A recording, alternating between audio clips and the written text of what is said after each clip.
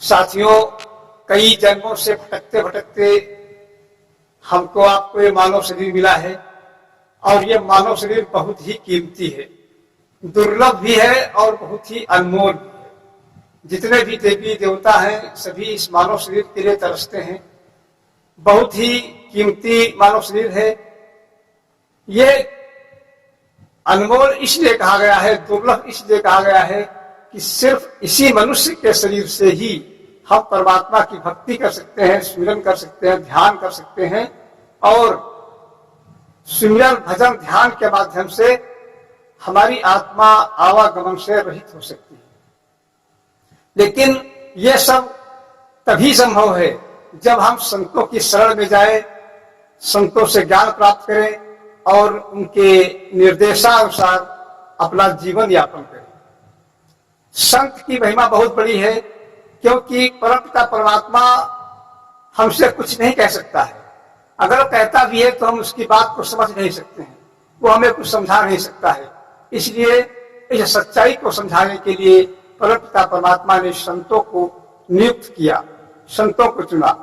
संतों की बात को अगर हम मानते हैं, संतों की शरण में जाकर के ज्ञान प्राप्त करते हैं और संतों की सेवा में लगे रहते हैं, तो वास्तव में हमारी जीवात्मा का कल्याण हो जाता है। संतों के विषय में कहा भी गया है एक भजन के माध्यम से, वो हम आप लोगों को बताना चाहेंगे। विवेकी संत बसई जेहि देश, विवेकी संत बसई जेहि देश। देखिए, जहां पर ज्ञानी महापुरुष, संत महापुरुष जहां पर रहते हैं वो स्थान पवित्र हो जाता है। देखिए क्या बताया गया है, विवेकी संत बसई जेहि देश, विवेकी संत बसई जेहि देश। धनी वह गाँव ठाऊ वह नगरी, धनी वह गाँव ठाऊ वह नगरी।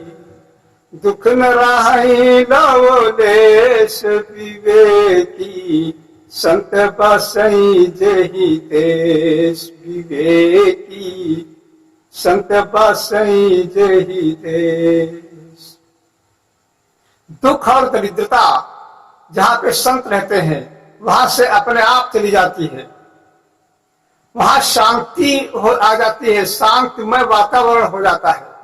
इसीलिए हमको आपको वहीं पे शांति मिलती है जहां पे संत रहते हैं, संतों के साथ में ही शांति मिलती है और कहीं शांति नहीं मिल पाती है। और आगे क्या बताया है कि रिद्धि सीधि चरणन में लौटे, रिद्धि सीधि चरणन मालोटे। टहल करे दरवेश, विवेकी संता बसई जेहि देश, विवेकी संत बसई जेहि देश। वहां पर किसी चीज की कमी नहीं रह जाती है, परम शांति प्राप्त होती है, मन की चंचलता शांत हो जाती है। और क्या बताया है कि गंगा चली आवे जमुना चली आवे, गंगा चली आवे जमुना चली आवे। त्रिवेणी बहाती हमेश, विवेकी संत बसई जेहि देश, विवेकी संत बसई जेहि देश। अपनी आत्मा को पवित्र करने के लिए हम गंगा में स्नान करने जाते हैं, तीर्थों में जाते हैं, लेकिन संतों की शरण में जाने से सारे तीर्थों का पुण्य मिल जाता है।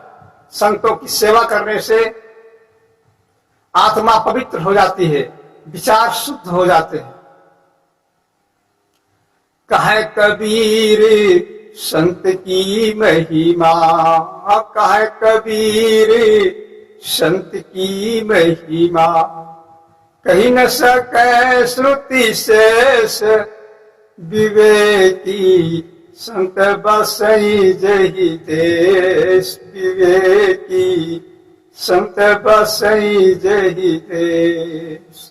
संतों की महिमा अपार होती है, इसको वेद शास्त्र भी वर्णन नहीं कर सकते हैं, शेष भी वर्णन नहीं कर सकते हैं संतों की महिमा को, क्योंकि संत निर्मल होते हैं, संसार से विरक्त होते हैं और तन मन धन सब परमपिता परमात्मा के चरणों में अर्पण कर देते हैं।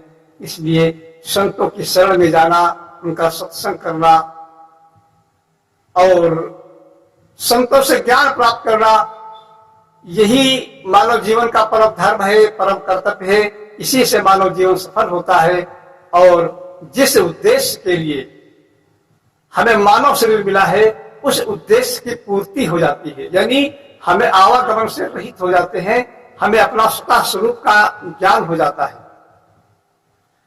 कहा भी गया है कि जन्म जन्म भटकती रहो, जेहि अवसर के हेत, सो अवसर अब पाई के, तुम क्यों भयो अचेत।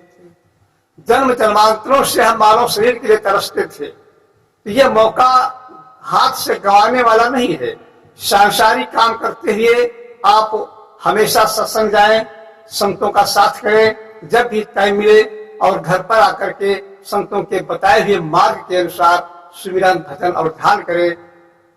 आपके जीवन का, आपकी आत्मा का कल्याण हो जाएगा और मानव जन्म का मिलना सफल हो जाएगा।